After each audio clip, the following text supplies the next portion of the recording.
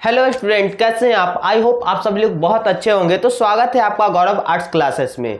तो स्टूडेंट, पिछले क्लास में हम लोगों ने शीत युद्ध से रिलेटेड कुछ टॉपिक को ख़त्म किए थे। जैसा यहाँ पे आप देख सकते हैं, अभी तक हम लोगों ने क्या क्या ख़त्म किया।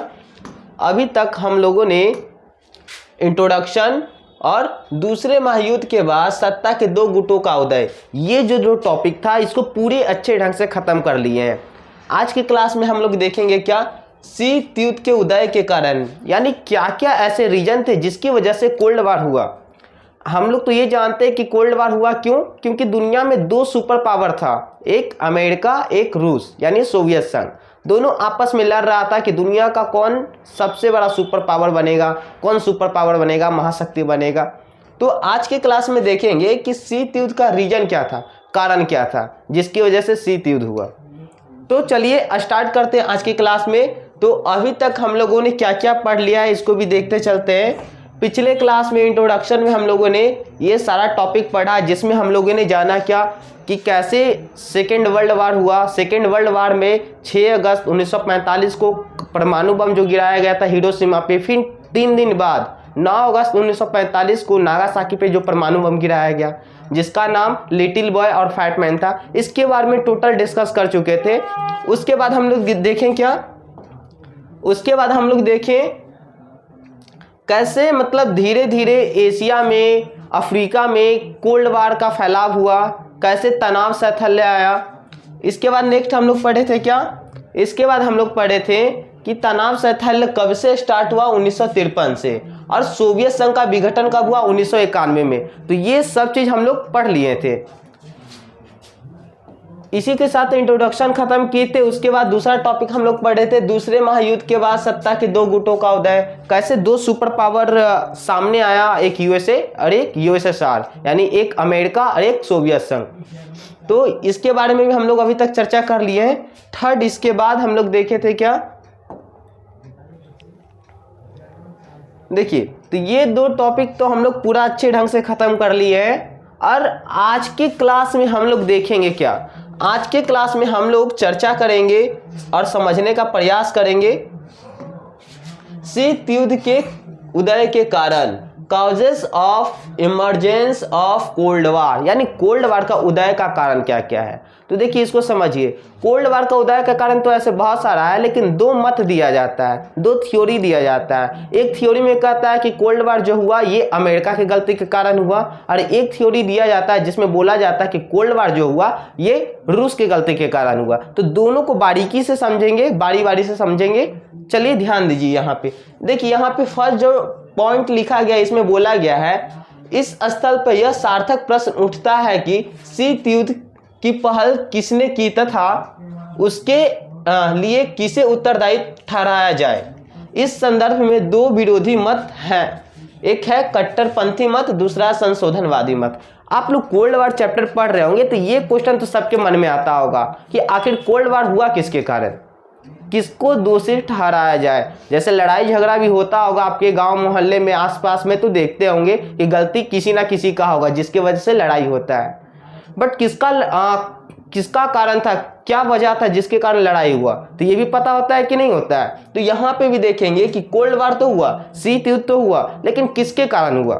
तो इसके लिए दो उत्तरदायित्व दिया जाता है, दो तरह का विचारधारा दिया जाता है। एक विचारधारा में क्या बोला गया, कट्टरपंथी मत, दूसरा बोला गया है संशोधनवादी मत। तो पहले कट्टरपंथी मत के बारे में पूरा डिटेल से जानेंगे। यहाँ पे देखिए कट्टरपंथी मत क्या बोलता है। नंबर 1 है कट्टरपंथी मत, इसमें बोला गया है सोवियत संघ का उत्तरदायी होना। कट्टरपंथी मत में बोला गया है कि इसके लिए कौन उत्तरदायित्व है, सोवियत संघ यानी यूएसएसआर, यानी जो कोल्ड वार हुआ इसके लिए पूरा तरह से उत्तरदायी कौन है, सोवियत संघ। उसी तरह से संशोधनवादी मत देखिएगा तो इसमें बोला गया है कि शीत युद्ध हुआ ये यूएसए के कारण हुआ, यानी अमेरिका के गलती के कारण हुआ। अगर अमेरिका गलती नहीं करता तो शीत युद्ध होता ही नहीं। तो यहाँ पे दो मत दिया गया है। कट्टरपंथी मत में किसको उत्तरदायी बोला गया है, ये बोला गया है यूएसएसआर यानी सोवियत संघ को। और संशोधनवादी मत में किसको उत्तरदायी दिया गया है, ये दिया गया है यूएसए यानी संयुक्त राज्य अमेरिका को। अब देखते हैं कट्टरपंथी मत। इसके बारे में समझने का प्रयास करते हैं। यहाँ देखिए बताया गया है सोवियत संघ का उत्तरदायी होना कट्टरपंथियों अर्थात अमेरिका व उसके सहयोगियों के अनुसार यह सोवियत संघ यानी रूस के गलत कार्यों से हुआ है और उसी के उत्तरदायित्व ठहराया जाना चाहिए। उनकी मुख्य आपत्तियां इस प्रकार थी। अब देखिए यहाँ पे क्या बताया गया कट्टरपंथी मत में। जितने भी स्टूडेंट हैं सभी ध्यान दीजिएगा, आप जो भी पढ़ाई कर रहे हैं ये आप ये मान के चलिए कि आपका बोर्ड एग्जाम में पूछा जाएगा। आप किसी भी एक टॉपिक को स्किप कर दीजिएगा, मान लीजिए वो बोर्ड एग्जाम में पूछ दिया तो आप नहीं बना पाइएगा, तो बहुत तरह का आपको प्रॉब्लम देखना पड़ सकता है। इसीलिए जब आप पढ़ाई करते हैं तो टोटल फोकस आपका यहाँ पे होना चाहिए, ना कि पढ़ाई कर रहे हैं। खासकर जो बच्चे ऑनलाइन पढ़ते हैं, पढ़ाई कर रहे हैं, मोबाइल चल रहा है और हम दूसरा काम कर रहे हैं, तो ऐसा नहीं होना चाहिए। टोटल फोकस आप यहाँ पे कीजिएगा। यहाँ ध्यान दीजिएगा, यहाँ देखिए बोला गया है क्या कि कट्टरपंथी मत के अनुसार अमेरिका और उसका सहयोगी यानी अमेरिका और अमेरिका का जो सपोर्ट कर रहा था वो लोग बोल रहा है कि रूस का गलत जो कार्य हुआ, रूस के द्वारा जितना भी गलत तरह का काम चल रहा था उसके कारण ही कोल्ड वार हुआ है। अगर रूस गलती नहीं करता तो कोल्ड वार हम लोग करते ही नहीं। तो देखिए इसमें अमेरिका क्या क्या बोल रहा है रूस के बारे में, क्या क्या गलती बता रहा है। अब ये तो बोला कि गलती है रूस का, लेकिन क्या क्या गलती है ये भी बताओ। तो इसके बारे में देखिए अमेरिका क्या बोलता है, आगे हम लोग देखते हैं। यहाँ पे देखिए कट्टरपंथी मत में जो पहला कारण बताया गया है किसका, अमेरिका का। अमेरिका के अनुसार जो रूस पे इल्जाम लगाया गया, पहला इल्जाम देखिए क्या है। पहला है याल्टा समझौते का निरादर। ठीक है, यानी याल्टा समझौता हुआ, उसका कोई इज्जत ही नहीं किया गया, उसका आदर ही नहीं दिया गया। इसमें देखिए क्या बताया गया है। फरवरी 1945 के याल्टा सम्मेलन में अमेरिकी राष्ट्रपति ट्रूमैन, ब्रिटिश प्रधानमंत्री चर्चिल तथा सोवियत प्रधानमंत्री स्टालिन ने विचार विमर्श के बाद कुछ समझौते किए थे। जैसे युद्ध के बाद जर्मनी को 4 कब्जाग्रस्त क्षेत्र में बांटा जाएगा, पोलैंड में लोकतांत्रिक शासन की बहाली की जाएगी, जर्मनी के हराने के 2 से 3 महीने के बाद सोवियत संघ यानी रूस भी जापान पर किए जाने वाले आक्रमण में शामिल होगा और सोवियत संघ यानी रूस चीन की राष्ट्रवादी सरकार को मान्यता देगा इत्यादि। परंतु सोवियत संघ ने इस समझौते का निरादर किया। यहाँ पे समझिए, यहाँ पे 3 व्यक्ति का नाम लिया गया है। कौन कौन सा, ध्यान दीजिएगा, यहाँ ध्यान दीजिएगा। पहला तो बोला गया है क्या, अमेरिकी राष्ट्रपति यानी अमेरिका के जो राष्ट्रपति हैं ट्रूमैन। ठीक है, अमेरिका के राष्ट्रपति हैं ट्रूमैन, इनके अनुसार समझते हैं। यहाँ देखिए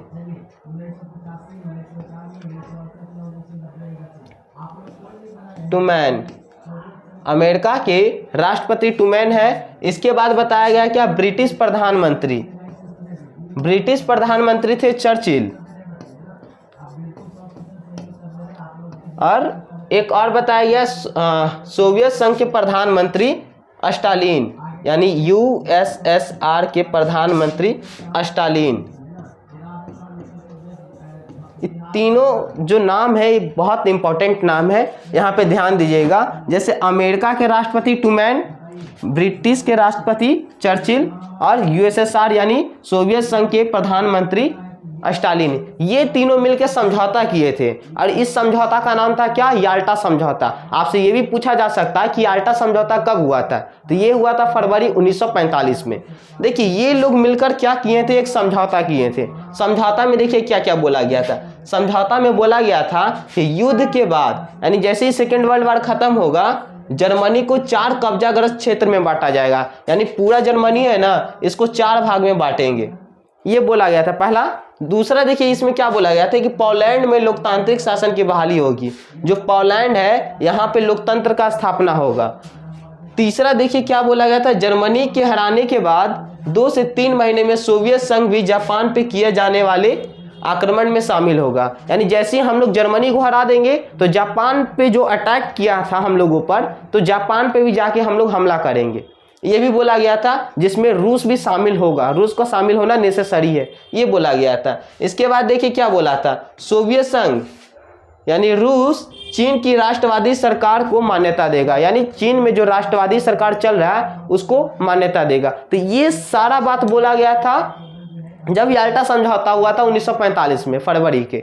लेकिन सोवियत संघ इसको पूरा तरह से नकार दिया, बोला कि हम इसको नहीं मानेंगे, जाओ तुमको जो करना है कर लो, हमको कोई फर्क नहीं पड़ता है। तो देखिए एक तरह से इतने बड़े बड़े लोग हैं, यहाँ अमेरिका का राष्ट्रपति आया हुआ है, ब्रिटेन का प्रधानमंत्री आया हुआ है, ठीक है, यहाँ रूस का प्रधानमंत्री आया हुआ है, और इन लोगों का निरादर कर रहा है, ठीक है। जब आप किसी बड़े पद पे, किसी पोस्ट पे जो है प्रधानमंत्री है, राष्ट्रपति है, उनका अपमान करते तो सिर्फ उस व्यक्ति का अपमान नहीं होता है, पूरा देश का अपमान होता है। तो यहाँ पे देखिए पूरा तरह से अपमानित किया गया, इन लोगों का बात को माना ही नहीं गया रूस के द्वारा। तो इसका निरादर हुआ, जिसकी वजह से क्या हुआ, शीत युद्ध हुआ। तो पहला कारण क्या है शीत युद्ध होने का? पहला कारण है याल्टा समझौते का निरादर। किसके द्वारा किया गया था? रूस के द्वारा किया गया था। ये पहला रीजन है। इसके बाद देखिए सेकंड क्या बताया गया है। सेकंड रीजन बताया गया है ईरानी में रूसी सेनाओं का जमावड़ा, यानी ईरान में रूसी सेना क्या हुआ था, जाके वहीं पे रहने लगा था, जमावड़ा हुआ था। तो कैसे हुआ था इसके बारे में पूरा डिटेल से समझने का प्रयास करते हैं। देखिए समय समय पर सोवियत संघ ने ईरान की प्रभुता व उसकी प्रादेशिक अखंडता का आदर करने का वचन दिया था। यानी देखिए टाइम टाइम पे रूस जो है मतलब ये प्रॉमिस कर रहा था ईरान को कि हम आपका प्रभुता जो है, आपका जो अखंडता है, इसका हम इज्जत करेंगे। लेकिन देखिए आगे क्या हुआ। युद्ध के दिनों में ब्रिटेन की सहमति से उत्तरी ईरान में सोवियत सेनाओं का कब्जा था। देखिए यहाँ पे जब युद्ध चल रहा था, सेकेंड वर्ल्ड वॉर चल रहा था, वहां पे क्या हुआ, ब्रिटेन सपोर्ट कर रहा था किसको? उत्तरी रूस को, जिसकी वजह से रूस उत्तरी ईरान में कब्जा कर लिया था। यहाँ बताया गया लेकिन सन 1942 की त्रिपक्षीय संधि किसका किसका होगा? एक रूस का होगा, ब्रिटेन का होगा और ईरान का होगा, ठीक। तो त्रिपक्षीय संधि के अंतर्गत जर्मनी के समर्पण के 6 महीनों के भीतर इन सेनाओं को वहां से हट जाना था। युद्ध के बाद अमेरिकी व ब्रिटिश सेनाओं की उत्तरी ईरान में चली गर्मी, लेकिन सोवियत सेनाएं नहीं हटी। यह मामला संयुक्त राष्ट्र की महासभा में व सुरक्षा परिषद में उठा। काफी विलंब के साथ सोवियत सेनाओं ने उत्तरी ईरान को छोड़ा। देखिए बात क्या है, इसको अगर मोरल ऑफ द स्टोरी बताएंगे इतना इस जो लिखा हुआ है शॉर्ट में, तो बोला गया था क्या, जैसे सेकेंड वर्ल्ड वॉर चल रहा था ना, तो वहां पे बोला गया था कि ईरान का प्रभुता और अखंडता का इज्जत करेगा रूस। लेकिन बात ऐसा था कि ब्रिटेन की मदद से रूस पूरा तरह से कब्जा कर लिया था उत्तरी ईरान को, और बोला था कि जैसे ही जर्मनी पे आक्रमण हम लोग कर लेंगे, जर्मनी को हरा देंगे, तो उसके 2 से 3 महीने के भीतर ही हम लोग ईरान से हट जाएंगे, रूस वाला ईरान से हट जाएगा। लेकिन 2 से 3 महीना से भी ज़्यादा हो जाता है, वो लोग कब्जा किया हुआ है तो हटने का नाम ही नहीं ले रहा है। तो इस तरह का प्रॉब्लम चल रहा था। तो अमेरिका को गुस्सा आया, ब्रिटिश को गुस्सा आया, पूरा गर्मी दिखाने लगा कि तुम हटेगा कि नहीं हटेगा, तो फिर भी नहीं हट रहा था, लास्ट में जाके हटना पड़ा। तो यहाँ पे देखिए जो टॉपिक दिया गया है ना, ईरान में रूसी सेनाओं का जमावड़ा, तो यही है। अगर पहले ही हट जाता, जैसे ही जर्मनी को हटाया उसी तरह से वो उसी टाइम पे हट जाता अगर ईरान से, तो यहाँ पे शीत युद्ध होता ही नहीं। तो दूसरा कारण क्या है शीत युद्ध होने का? ईरान में रूसी सेनाओं का जमावड़ा। चलिए थर्ड हम लोग देखते हैं, थर्ड रीजन क्या था जिसकी वजह से कोल्ड वार हुआ। थर्ड रीजन देखिए, कट्टरपंथी मत में ही हम लोग पढ़ रहे, ध्यान दीजिएगा। कट्टरपंथी मत बोलता है क्या कि जितना भी शीत युद्ध हुआ इसका पूरा का पूरा गलती किसका था? यूएसएसआर का था। यूएसएसआर की वजह से ही शीत युद्ध हुआ, ये कट्टरपंथी मत बोलता है। जबकि संशोधनवादी मत बोलता है कि पूरा गलती यूएसए का था। तो यहाँ पे देखिए तीसरा कारण क्या है जिसकी वजह से शीत युद्ध हुआ कट्टरपंथी मत के अनुसार। यहाँ पे देखिए बर्लिन की नाकेबंदी, तीसरा रीजन क्या है? बर्लिन की नाकेबंदी। यहाँ देखिए पोट्सडैम सम्मेलन में यह तय किया गया था कि जर्मनी के लोगों के मानव अधिकारों को सुरक्षित रखा जाएगा। एक देखिए सम्मेलन हुआ था जिसका नाम था पोट्सडैम सम्मेलन, यहाँ ध्यान दीजिएगा। इसमें बोला गया था कि जर्मनी का जितना भी लोग है उसका मानव अधिकार, यानी जो ह्यूमन राइट्स जो है उसका सुरक्षा किया जाएगा, मानवाधिकार का सुरक्षा किया जाएगा। फिर भी बहुत से जर्मन लोगों को पकड़कर सोवियत संघ यानी रूस में लाया गया या शिविरों में बंद कर दिया गया। यद्यपि यह भी तय किया गया था कि सारे जर्मनी को एक आर्थिक एकक के रूप में रखा जाएगा, किंतु सोवियत संघ ने यह आग्रह किया कि हर क्षेत्र अपने पृथक संबंध रखे। कुछ समय के बाद सोवियत संघ ने अपने कब्जाग्रस्त क्षेत्रों में नई मुद्रा चालू कर दी तथा बर्लिन की नाकेबंदी कर दी। यहाँ देखिए, जर्मनी का राजधानी है बर्लिन, ठीक। यहाँ पे बोला गया है क्या, यहाँ पे बोला गया है कि रूस बोला था कि हम मानव अधिकार का रक्षा करेंगे, जर्मनी में जाएंगे तो हम लोग मानव अधिकार का रक्षा करेंगे। लेकिन क्या हुआ, वहाँ का लोगों को पकड़कर मतलब बंद कर दिया गया पूरा तरह से, चारों तरफ से नाकेबंदी कर दिया गया, दीवार से घेर दिया गया। वहाँ के लोगों को जो उसके खिलाफ आवाज़ उठा रहा था या फिर कह सकते शिविरों में बंद कर दिया गया था। और ये बात बोला गया था, देखिए कहाँ पर, पोट्सडैम सम्मेलन में, कि हम लोग जो है जर्मनी के लोगों का मानव अधिकार का रक्षा करेंगे। लेकिन उल्टा क्या कर दिया गया, उनको बंद कर दिया गया और चारों तरफ से बर्लिन को नाकेबंदी कर दिया गया कि यहाँ पे क्या चल रहा है बाकी लोगों को पता नहीं होना चाहिए, यहाँ पे हम अपना शासन चलाएंगे चाहे जैसे चलाए। तो ये तीसरा रीजन था क्या, शीत युद्ध होने का। अगर ये सब काम नहीं करता, जर्मनी के लोगों का मानव अधिकार का रक्षा करता, तो शायद शीत युद्ध होता ही नहीं।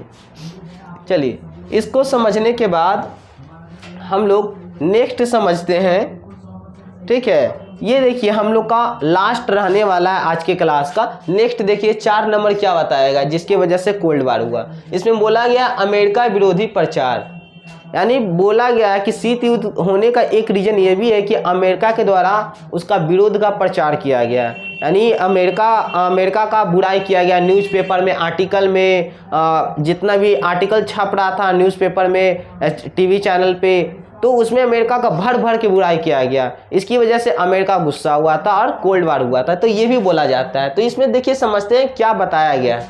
यहाँ पे देखिएगा, सोवियत संघ के समाचार पत्रों ने खुलकर अमेरिका की निंदा का अभियान शुरू कर दिया, यहाँ तक कि बेंडेल विल्की को भी नहीं छोड़ा जो उसका विशेष मित्र समझा जाता था। देखिए बेंडेल विल्की, इनको मित्र माना जाता था, ये अमेरिका के थे लेकिन सोवियत संघ के साथ इनका अच्छा मतलब बाउंड बना हुआ था, लेकिन इनको भी नहीं छोड़ा, इनका भी पूरा बुराई करने लगा। यहाँ इसके बाद बोला गया है, इसके पीछे यही ध्येय था कि दुनिया के अन्य देशों की दृष्टि में अमेरिका को कलंकित किया जाए। 1947 में साम्यवादी सूचना विभाग की स्थापना हुई, देखिए यहाँ पे ध्यान दीजिएगा, जिसमें फ्रांस व इटली सहित अन्य देशों की कम्युनिस्ट पार्टियों को शामिल किया गया। यहाँ पे समझिए, देखिए जितना भी न्यूज़पेपर आ रहा था ना उस समय जब सेकेंड वर्ल्ड वार खत्म हुआ 1945 में, तो अमेरिका का पूरा तरह से बुराई किया गया। न्यूज़पेपर जो भी आर्टिकल होता था ना उसमें पूरा तरह से बुराई किया गया। उस समय एक व्यक्ति थे जिनका नाम था वेंडेल विल्की, इनका भी बुराई किया गया, जबकि इनको अच्छा दोस्त माना जाता था रूस का। कम से कम दोस्त को तो छोड़ देना चाहिए था, लेकिन दोस्त का भी पूरा तरह से बुराई किया गया। इसके बाद देखिए क्या हुआ, तो ये सब करने के पीछे रीजन यही था कि अमेरिका को पूरा दुनिया के नज़र में गलत साबित कर दे, पूरा दुनिया की नज़र में अमेरिका को विलन बना दे और हीरो हम बन जाए और पूरा दुनिया में सुपर पावर सिर्फ हम ही रहे। ये पूरा प्लानिंग किया हुआ था कौन, सोवियत संघ। जबकि आगे चल के देखिएगा सेकेंड पार्ट में कि सोवियत संघ का ही विघटन हो जाता है 1991 में और दुनिया का जो सुपर पावर बनता है ये अमेरिका बनता है। तो वो तो खैर हम लोग नेक्स्ट क्लास में देखेंगे, बट अभी समझिए बेंडेल विल्की का भी बुराई करता है जो अच्छे मित्र माने जाते थे रूस का। और यहाँ पे देखिए इसके पीछे का उद्देश्य था कि अमेरिका को कलंकित किया जाए, अमेरिका का पूरा तरह से बुराई किया जाए। और इसके बाद बोला गया 1947 में साम्यवादी सूचना विभाग, यानी साम्यवादी सूचना विभाग का स्थापना हुआ था 1947 में, जिसमें फ्रांस और इटली के साथ अन्य देश कम्युनिस्ट पार्टियों को शामिल किया गया। यानी एक साम्यवादी पार्टियों का एक ग्रुप बनाया गया जिसमें फ्रांस हो गया, इटली हो गया, इसके अलावा जितना भी कम्युनिस्ट पार्टी वाला देश है उस सब को बुलाया गया था। और इसका स्थापना कब हुआ था? साम्यवादी सूचना विभाग का 1947 में।